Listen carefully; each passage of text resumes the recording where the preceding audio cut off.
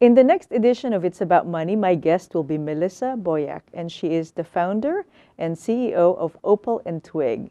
Wait and see what CEO stands for. Stay tuned for It's About Money. I'm Nannette Nocon.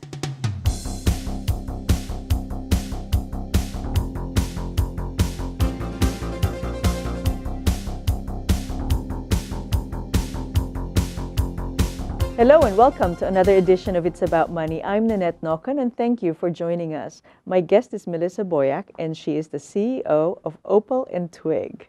I love that name. What is Opal and Twig, Melissa? Opal and Twig is a collection of enchantments and magic potions that I've been developing for 3 years, and we're about to launch nationally this summer.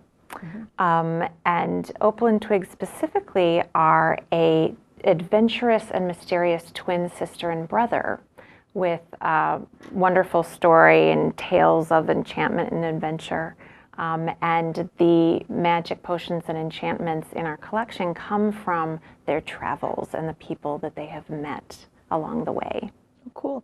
So I want to go back to the very beginning and how this idea of starting Opal and Twig came about. So share that with our audience. Gladly, I love telling people this story. So my daughter Casey is currently 8 years old, and when she was about to turn 5, her birthday was coming up, and we really didn't know what to get her. So I turned to her at the dinner table one night. I was like, "Oh, by the way, your birthday's in a couple of weeks. Is there anything in particular you want for your birthday?"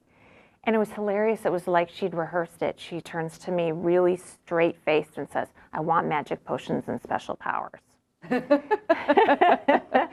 And I said, "Is there anything else that you would like maybe?" And she says, "Nope, that's all I want." So I sort of had my work cut out for me. And I was a working mom, and I wasn't one to necessarily go hand make things for her that often, but I rose to the challenge and I really had a good time. I mean, I had to make these things because there was nothing out there that I could find that would fit the bill of what she was thinking. Yeah, sure. So I started writing down ideas of what I could maybe make into a magic potion, what it might be called, what we might do with it, staying away from anything that, you drink or eat. It wasn't along those lines. It's more like something you would dab on your elbow or put behind your ear or spray on your neck. And then my husband helped me make a curio cabinet just out of, wooden CD cases we had laying around, and I had a marquee that said potions and powers, and made about 25 items for her, and it was the most amazing runaway hit. She ignored everything else on her birthday and just did that for hours, and her friend that was over, that's all they did. And then for weeks later, it was the big preoccupation with anybody that came to the house. Casey's friends were totally enamored, and then their parents started to ask me about it. And that's when I realized that, here was something I'd had to make because I could not find it in the marketplace. And it seemed to be beloved very quickly. So I really got the bug at that point, and I've been working very hard ever since to bring this to life. Oh, cool. That's really cool. And how did you choose the name Opal and Twig for the twins? It's interesting because the names came before I figured out who the characters would be. I was drawn, I had written a list of I wanted it to be something and something. I'm not sure why. There's a rhythm to that. And I have a background in graphic design and marketing and branding, and there was just a rhythm. That was kind of where it all started. And Opal and Twig rose to the top, I think primarily because they are natural elements, and there's really quite a bit of depth underneath who I want them to be, who they have become, who they will continue to become, as well as the meanings inherent to the enchantments. And the fact that they come from earth elements, I think, ties into the meaning that has always been important to me underneath everything. Oh, cool. That's cool. And then who writes the stories? We have a writing team. I basically head all of the creative efforts, whether it's writing or visual. We have gotten the help of a writer named Angela Cannon, who is amazing, and she's also an herbalist, and she's just got the perfect background for what we're doing. And she's helped me with some of the concepts. Some of them I did more on my own.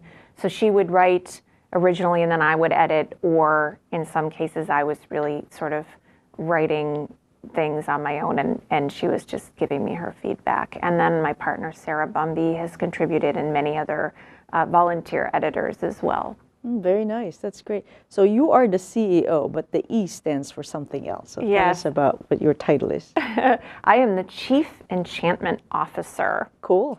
Yes, it's fun. Nice. It's a fun title. I think it's great. So let's talk about one of these. I love the way, so tell me about this product and the tagline for this particular one. Yes. So this is Mermaid Tears. Pearly tears of joy. They are actually cat's eye glass beads that, and the story behind them is that there was a mermaid. This is Io, and she's more the narrator in the story, but she tells of, I believe, a great-great-grandmother who had an experience that made her very sad, and she was very forlorn, and giant sea turtle came to her aid and advised her that perhaps if she sat still and observed the beauty of the nature of the ocean all around her, that had always been there, but perhaps she hadn't taken it in fully, that it might heal her.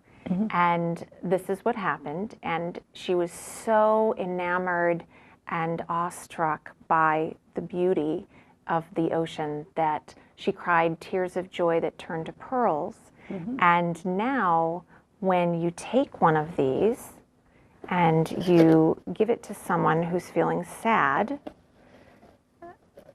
the magic is that they will instantly be cheered.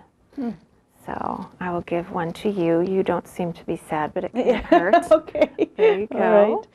And these have just been wonderful. And one of the things that we suggest is that you can also slip them into someone's pocket when they're not looking. I see. As a little very nice secret So gift. that's the idea between potions, magic potions, and mystical powers, is that if I put this at a friend's pocket, that they would feel pretty good, pretty happy. Cheer them up. Cheer them up. That's great. That's cool. I love it. I think that's really great. So that's really what, was that what you had in mind when you were putting the potions and powers idea when your daughter, Casey, was? Yes. What really evolved, both with what I was making for her and what we have now arrived at with the collection, is what I would really call the Dumbos magic feather effect. Most people are familiar with the story of Dumbo, who was the flying elephant, and the way he discovered his ability was actually he was flying in his sleep, and his little friend the mouse told him the next day, "You were flying," you know, and he doesn't believe it, and he tries and he can't. And there are these magpies that come along, and the magpies are like, "No problem, we've got your back. Here's a magic feather, and if you hold this in your trunk and you jump, you'll be able to fly." And he believes in this, and he holds the magic feather, and he jumps and he flies, and everything's wonderful. And then when he drops the feather, he can still fly, and he realizes that the true power was really within himself. And that is absolutely the essence of what we're doing with all of the enchantments here, is we want to provide a way for people to work with their imagination and their inner belief in themselves that maybe is hard to access. And it makes these such meaningful gifts, very inherently meaningful, both to give and to receive. That's great. So the kids who work with them, maybe even the adults, do they actually embellish on the stories? Oh, yeah. What have you seen? I have gotten so many different stories back from people. Wow. So it's been an interesting thing just talking about the ages here a little bit. So yes, my daughter was very young when we started, but we've become much more elaborate since then. And this is really a collection that's aimed at tweens and above. And we've had lots of teens start to collect them.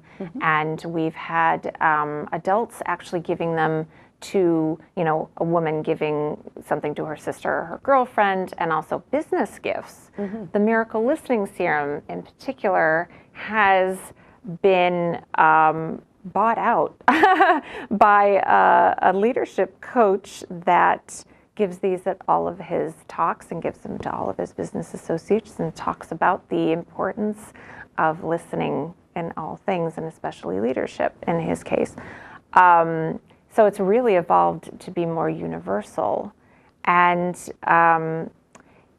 getting back to your original question, what was it? It was just that you have this in mind, when people Yes, talk about embellish. yeah, exactly. Just really wanting to get at those internal abilities that we have. I like that, the way it's used in business, because really instead of saying to someone, just listen, there's a physical, there's tactile thing of delivering the message about listening. And which right, is and great. you were asking me where people have taken it on their Yes. own. So yeah, I mean, it just really spans so many things. We've got my partner's sons. There's another item that I don't have a sample of here that's Blackbeard's brine, and they have to have the Blackbeard's brine in their bedroom when they go to sleep because it gives them pirate powers and they feel very safe, and they're very specific that has to be there in its place I see. before they are tucked in at night. Oh, cool. And then, there were people in a call center that were volunteers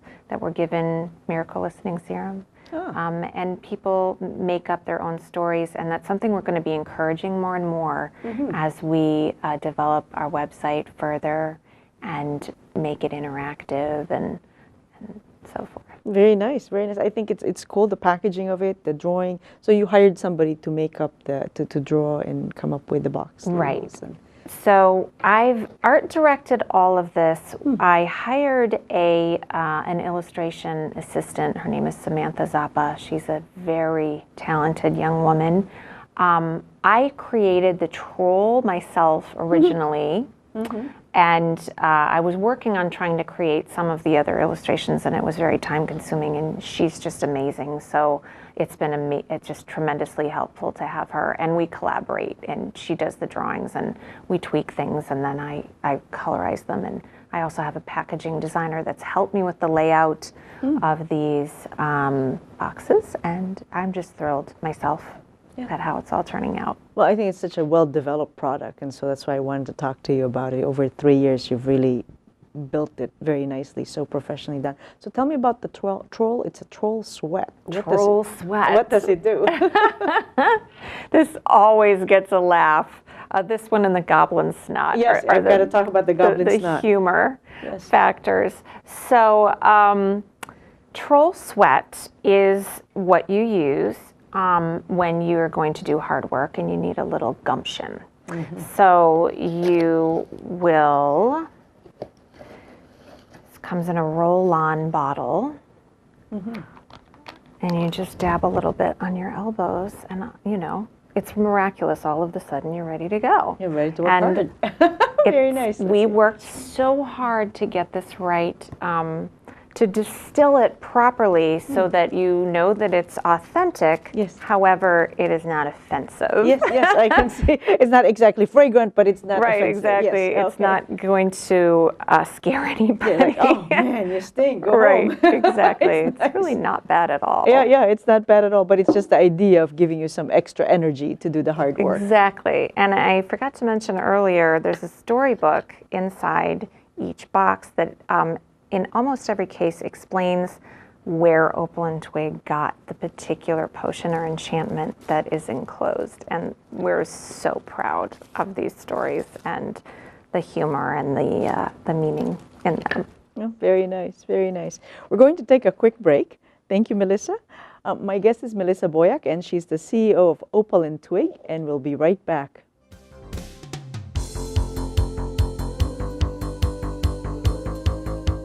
Any questions? What kind of service plan does this come with? Unlimited. Can I keep my same phone number? Absolutely. How do I change the ringtone? Just hook it up to your computer. Does it have a camera? What's the warranty? Does it come in silver? Can I put my party shuffle on this? Does it have a 3.5 millimeter headset jack? You sell a lot of these? It's the one I carry. You ever get those phantom vibrations in your pocket? Any questions? No. Are you sure? Yeah. Ask questions. For the 10 questions everyone should know, go to ahrq.gov.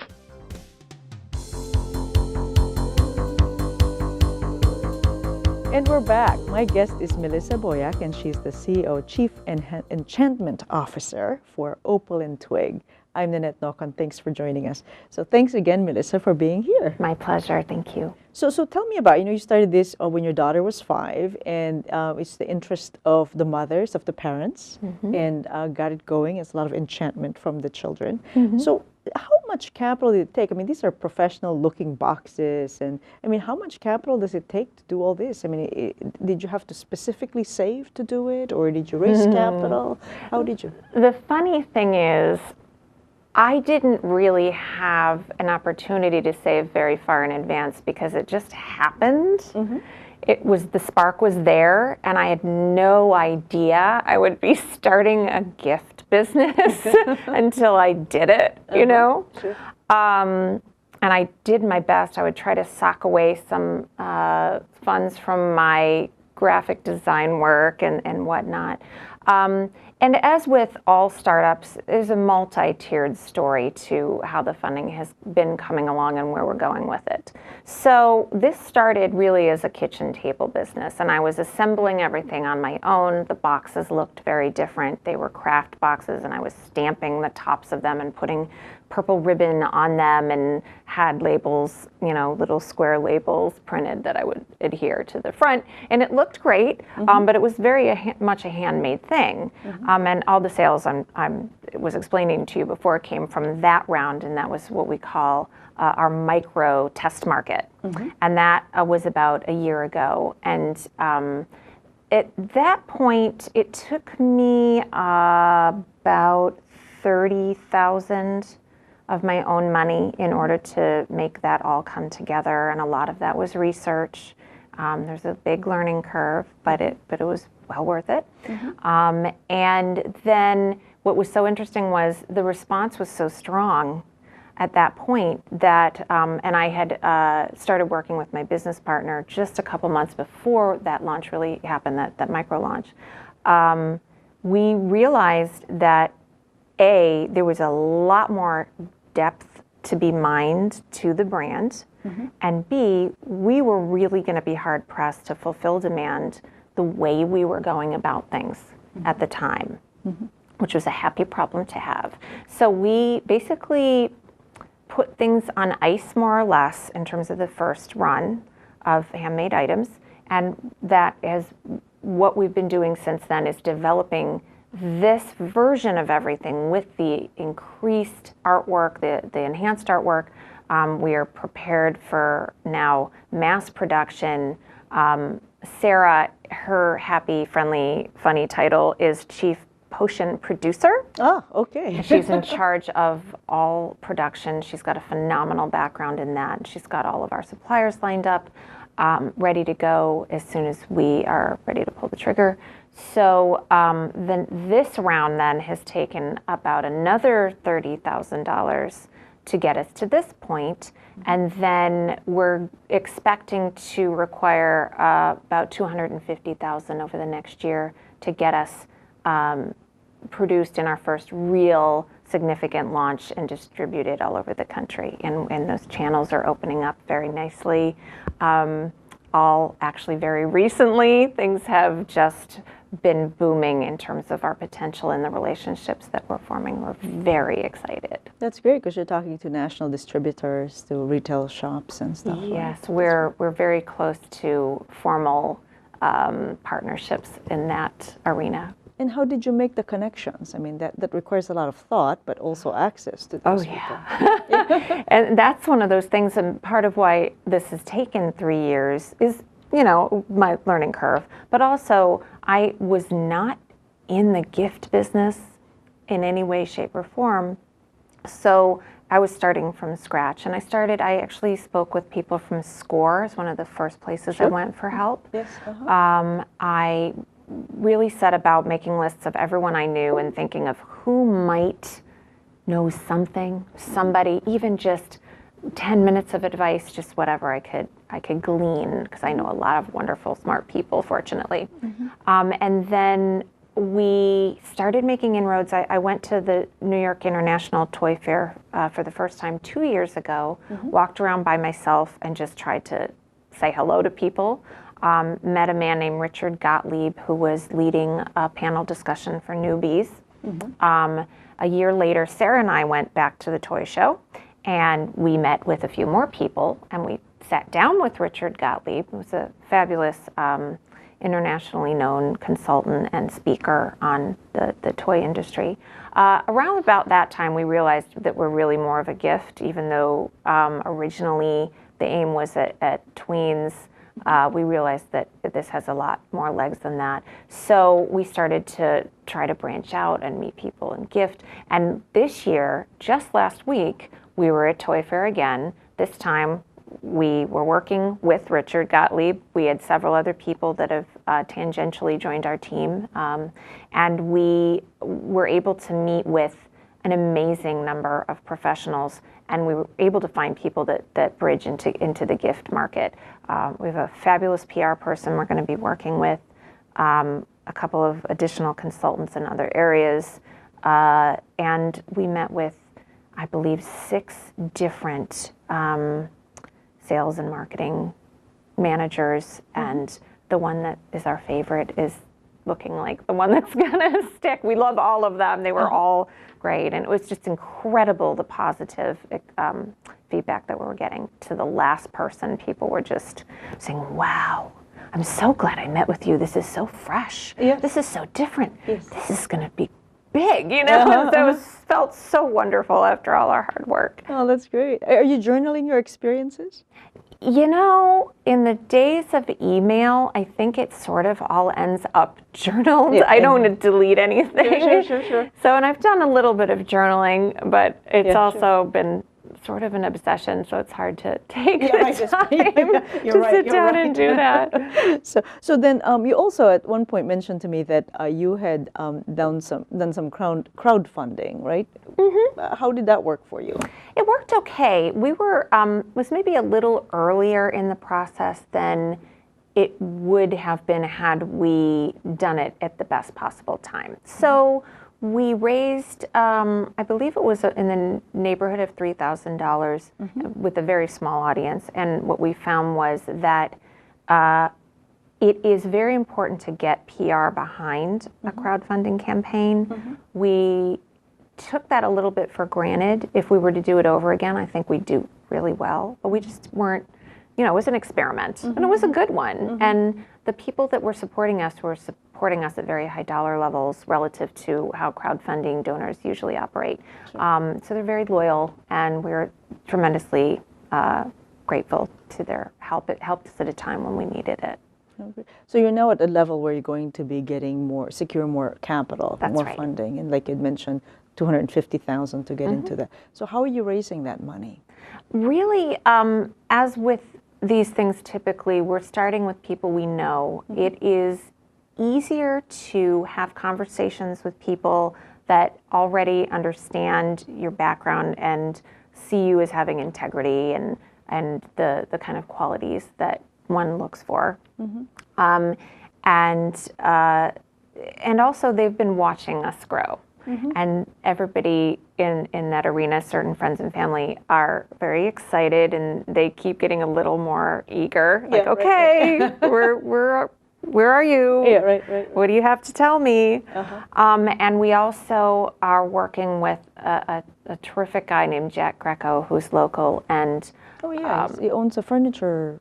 His father, owned Jack Greco, or still, I'm not sure, was was that guy. I see, and his son now is just sort of a freelance CFO, and I wouldn't want to pigeonhole him because I think he's really multi-talented, but he's worked with a lot of startups and is just tremendously knowledgeable and you know, quick on the draw and knows people and all the different sort of angles that you need to get things rolling. And his wisdom is helping us along a great deal to get the plans ready, to get the proposals ready. We're going to have, after I meet with this particular sales and marketing group in Dallas in less than 2 weeks, that will be, I think, our point where Jack and another gentleman who's helping us, Dave Fowler, will be prepared to have the everything drawn up, and we will start meetings immediately upon my return, I'm quite sure. Yeah, because it's summer of 2013 is what you're That's looking right. at launching. How exciting for you. Yeah. I'm very impressed in the kind of research that you've done, the creativity. So it sounds like a lot of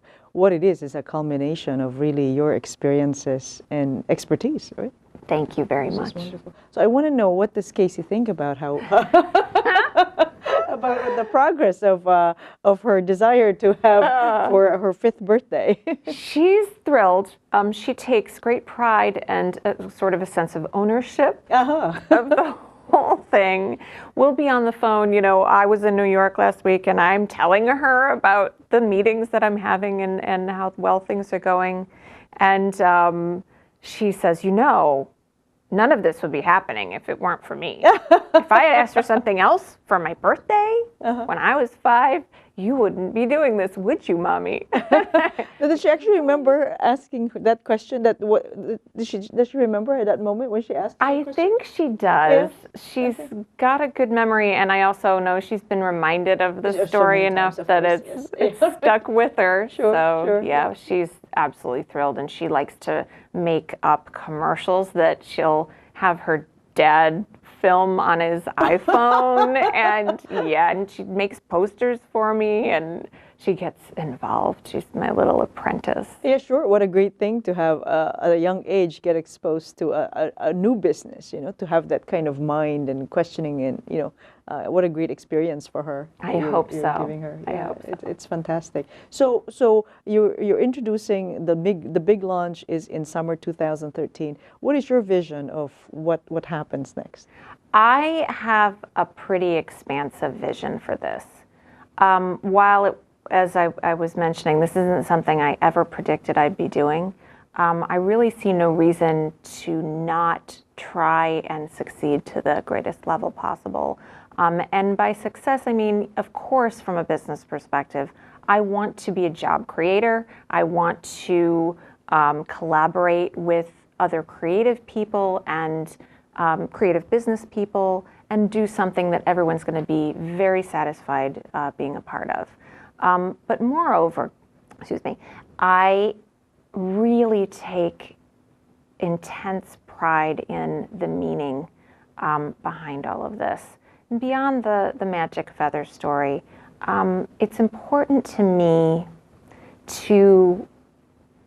for not to use an overused term, but positivity and unity, and there's really a lot of personal value and meaning in this to me, and I would love nothing more than for this to be a global mythology that makes a great number of people more enriched.